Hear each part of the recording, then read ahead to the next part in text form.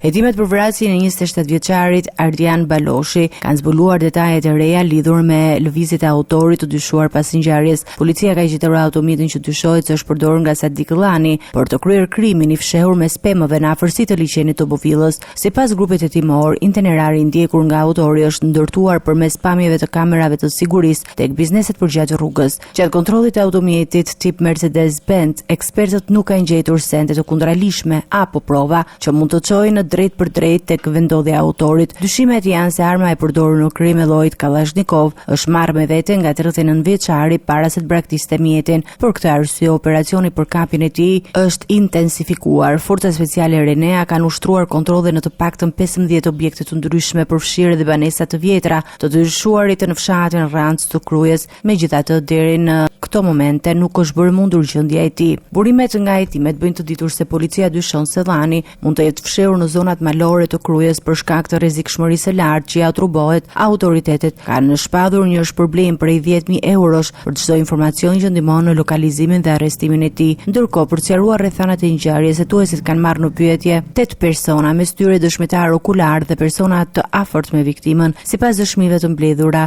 mes Baloshit dhe autorit të dyshuar kishte ekzistuar një konflikt i hershëm më shumë se një vit më parë, por më pas marrëdhëniet mes tyre ishin normalizuar dhe ata kishin vazhduar të shoqëroheshin. Sa i përket motivit, një nga pistat kryesore të hetimit lidhet me aktivitetin në fushën e narkotikëve. Dyshimet e policisë mbështeten edhe në precedent penal të autorit të dyshuarit, i cili rezultoni arrestuar më parë për posedim të lëndëve narkotike dhe i dënuar për vjedhje. Hetuesit po verifikojnë nëse mosmarrveshje të mundshme që lidhen me trafikun e drogës mund të kenë qenë shkaku që çojë në vrasjen e të riut.